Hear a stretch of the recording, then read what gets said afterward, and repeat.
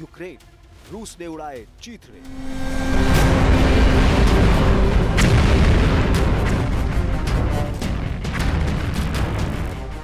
एक 1292 दिनों की रूस यूक्रेन जंग अब खुलकर शहरों में शुरू हो चुकी है। जब से यूक्रेनी सेना ने रूस के तेल डिपो और पाइपलाइनों को धमाकों से उड़ाया है, उसके बाद से पुतिन ने यूक्रेन के बड़े बड़े शहरों के वीवीआईपी इलाकों पर हमले शुरू करवा दिए हैं।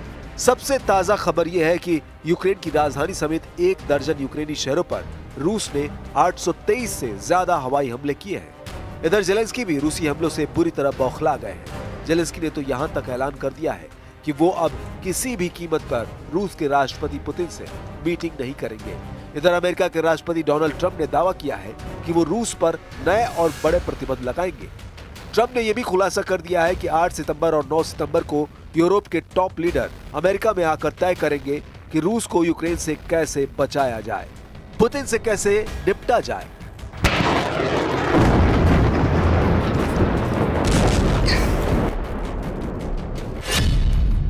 चौबीस घंटे में 823 हवाई हमले, यूक्रेन अमेरिका, यूक्रेन में फेल।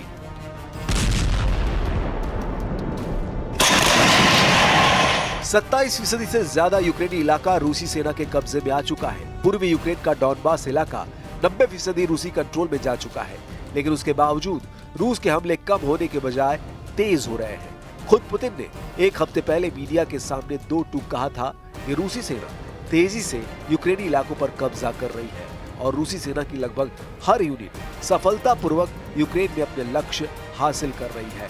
इस बयान के बाद से अब तक रूस ने यूक्रेन पर 3000 से ज्यादा हवाई हमले किए हैं, जिसमें क्रूज, बैलिस्टिक मिसाइल और बहुत बड़ी संख्या में ड्रोन हमले शामिल हैं।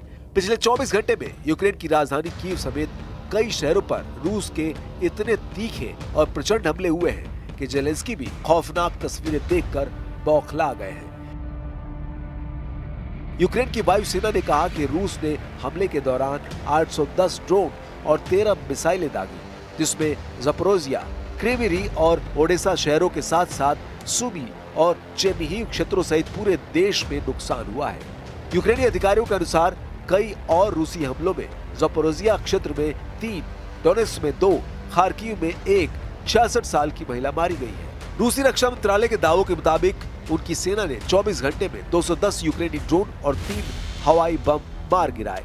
रूसी मीडिया तास का दावा है कि रूसी सेना ने यूक्रेन के डिप्रोपेट्रोव्स्क क्षेत्र में खोरोशे बस्ती पर कब्जा कर लिया है।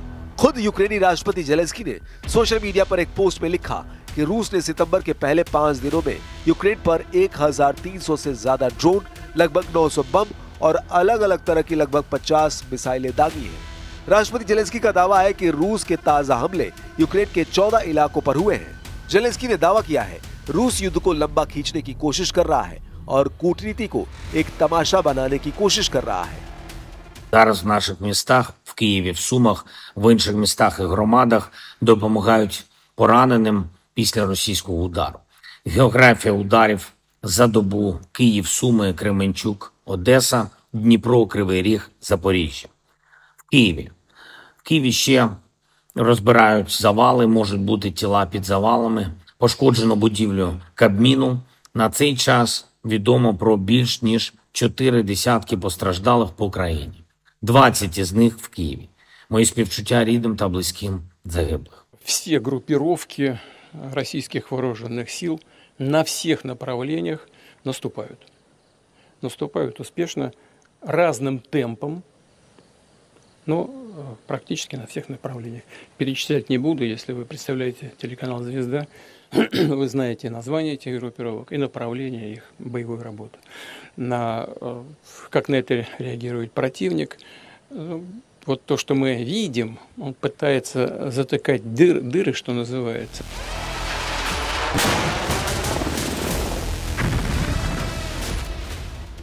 रूस के रक्षा मंत्रालय ने यह भी दावा किया कि उसने यूक्रेन के चेर्निहिव इलाके में भीषण मिसाइल हमला किया है। रूसी सेना का दावा है कि उसने इस्कंदर मिसाइल हमले से यूक्रेनी सेना को भीषण नुकसान पहुंचाया है। रूसी सैनिकों ने यूक्रेन के दक्षिण पूर्वी डिप्रोपेट्रोव्स्क इलाके के नोवोसेलिव्का गांव पर भी कब्जा कर लिया है। यूक्रेनी सैन्य कमांडर ओलेक्सांद्र सिर्स्की ने रूस के तेज होते हवाई हमलों को लेकर चिंता जताई है और पश्चिमी देशों से ज्यादा बेहतर एयर डिफेंस देने की मांग की है। रूस के खूनी हमलों से क्या अब यूक्रेन को यूरोप के 26 देश बचा पाएंगे? ये एक बहुत बड़ा सवाल है, क्योंकि राष्ट्रपति जेलेंस्की ने दो टूक कहा है कि अब पुतिन के साथ मीटिंग का कोई मतलब ही नहीं बनता है। एक अमेरिकी मीडिया चैनल से बातचीत में यूक्रेनी राष्ट्रपति वोलोदिमीर जेलेंस्की ने कहा कि मैं एक आतंकी की राजधानी मॉस्को नहीं जा सकता, क्योंकि यूक्रेन पर हर दिन हमले हो रहे हैं। पुतिन क्यों आ सकते हैं? हम आपको बता दें, अलास्का बैठक के बाद से अमेरिकी राष्ट्रपति ट्रंप पुतिन और जेलेंस्की के बीच आमने सामने बैठक कराने की कोशिश कर रहे हैं। हाल ही में पुतिन ने कहा था कि वो जेलेंस्की से मिलने के लिए तैयार हैं, लेकिन ये बैठक मॉस्को में होनी चाहिए। इधर रूसी सरकार के प्रवक्ता दिमित्री पेस्कोव ने स्पष्ट किया कि जेलेंस्की को रूसी राजधानी मॉस्को में आत्मसमर्पण करने के लिए नहीं, बल्कि बातचीत करने के लिए आमंत्रित किया गया है। रूस के हमले और जेलेंस्की की नाराजगी के बीच अमेरिकी राष्ट्रपति डोनाल्ड ट्रंप ने भी संकेत दिए हैं कि अमेरिका रूस पर नए प्रतिबंध लगाने जा रहा है। व्हाइट हाउस में जब उनसे पूछा गया कि क्या वे सीधे व्लादिमीर पुतिन को निशाना बनाएंगे, तो उन्होंने कहा, हाँ, मैं तैयार हूँ। ट्रंप पहले भी रूस और उसके तेल खरीदारों पर कड़े प्रतिबंध लगाने की चेतावनी दे चुके हैं। अब माना जा रहा है कि प्रतिबंधों के दूसरे चरण में ऊर्जा और वित्तीय क्षेत्रों को टारगेट किया जा सकता है। रूस का यह हमला न सिर्फ यूक्रेन बल्कि पूरी दुनिया के लिए चिंता का विषय है। यूरोपीय संघ और नेटो देशों ने रूसी हमलों की निंदा की है। कई देशों का कहना है कि रूस की बढ़ती आक्रामकता अंतर्राष्ट्रीय शांति के लिए खतरा है। इधर खबर है कि यूरोपीय देशों के प्रमुख राष्ट्रपति ट्रंप के साथ मीटिंग के लिए अमेरिका पहुंचने लगे हैं।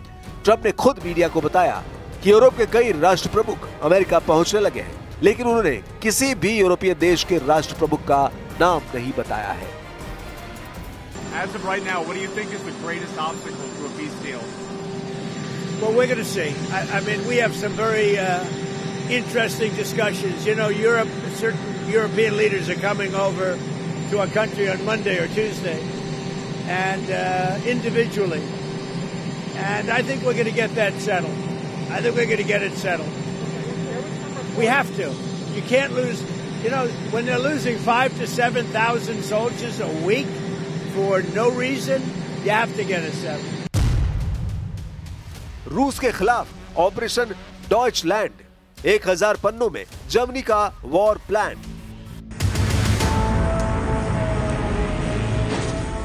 नेटो के 32 देश भी अब रूस के खिलाफ बड़े युद्ध को लेकर हिम्मत जुटाते साफ नजर आ रहे हैं। इस वक्त फ्रांस, ब्रिटेन और जर्मनी ने रूस के खिलाफ खुलकर मोर्चा खोल दिया है और यूक्रेन के बहाने ये यूरोपीय देश ऐसी जंग शुरू करने की वकालत कर रहे हैं जिसे देखकर हैरानी होती है कि क्या वाकई में यूरोप रूस के खिलाफ सीधी जंग कर सकता है। जरा जर्मनी के ऑपरेशन डॉइचलैंड को जान लीजिए, जिसे रूस के खिलाफ युद्ध की शुरुआत माना जा रहा है। जर्मनी ने ऑपरेशन डॉइचलैंड नाम से 1000 पन्नों का एक दस्तावेज तैयार किया है, जिसमें सुरक्षित स्थलों, बंकरों और नेटो सैनिकों और वाहनों की तैनाती का पूरा खाका दिया गया है। इसके अलावा परमाणु युद्ध की भी तैयारी की जा रही है, जिसमें यूरोपीय देश परमाणु हमले की स्थिति में जान बचाने के तरीकों पर काम कर रहे हैं। दस्तावेजों से पता चला है कि जुलाई में ब्रिटेन और फ्रांस के बीच एक समझौता हुआ है, जिसके तहत विश्व युद्ध 3 की स्थिति में दोनों देश अपने हमलों को एक साथ कोऑर्डिनेट करेंगे। ये तैयारियां साबित करते हैं कि यूरोप में संभावित बड़े युद्ध की तैयारियों का स्तर कितना गंभीर है। एक्सपर्ट्स का कहना है कि फ्रांस की ये तैयारी न सिर्फ होने वाली जंग की तैयारियां दिखा रहा है, बल्कि तीसरे विश्व युद्ध की शुरुआत का गंभीर संकेत है। इधर रूस के राष्ट्रपति व्लादिमीर पुतिन ने अब एक बार फिर यूक्रेन को चेतावनी दी है। उन्होंने कहा है कि अगर समझदारी दिखाई जाए तो युद्ध को बातचीत के जरिए रोका जा सकता है। पुतिन ने कहा कि वे यूक्रेन युद्ध को खत्म करना चाहते हैं और ये उनकी प्राथमिकता में है। रॉयटर्स के मुताबिक पुतिन ने कहा, अमेरिका इस युद्ध को समाप्त करने के लिए ईमानदारी से कोशिश करता नजर आ रहा है। अगर समझदारी के साथ काम किया जाए तो ये युद्ध रोका जा सकता है, यही मेरा अनुमान है। खासकर जब ट्रंप प्रशासन का रुख देखते हैं तो लगता है कि वे वास्तव में समाधान चाहते हैं। अगर नहीं तो हमें अपने सभी उद्देश्यों को हथियारों की ताकत से पूरा करना होगा। Тем более, что мы видим настроение действующей в США администрации под руководством президента Трампа. Видим их не просто призывы, а искреннее желание найти это решение. И мне кажется, есть определенный свет в конце тоннеля. Посмотрим, как будет складываться ситуация. Если нет, то нам придется решить все поставленные перед нами задачи вооруженным путем.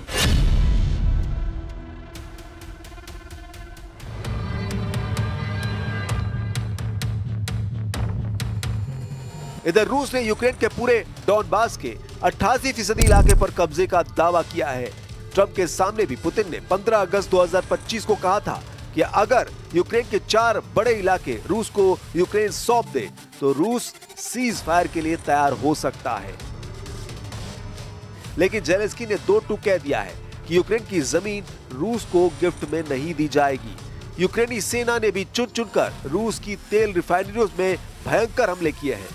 तेल रिफाइनरियों से उठता धुआं साफ दिखाता है कि यूक्रेन, अमेरिका और नेटो चाहते हैं कि अगर रूस के तेल रिफाइनरियों को तबाह कर दिया तो रूस लाखों बैरल तेल रोज निर्यात नहीं कर पाएगा और जंग रोकने के लिए मजबूर हो जाएगा। रूस पर यूक्रेन के ताजा हमलों से साफ पता चलता है कि यूक्रेन लंबी जंग के लिए खुद को तैयार कर रहा है।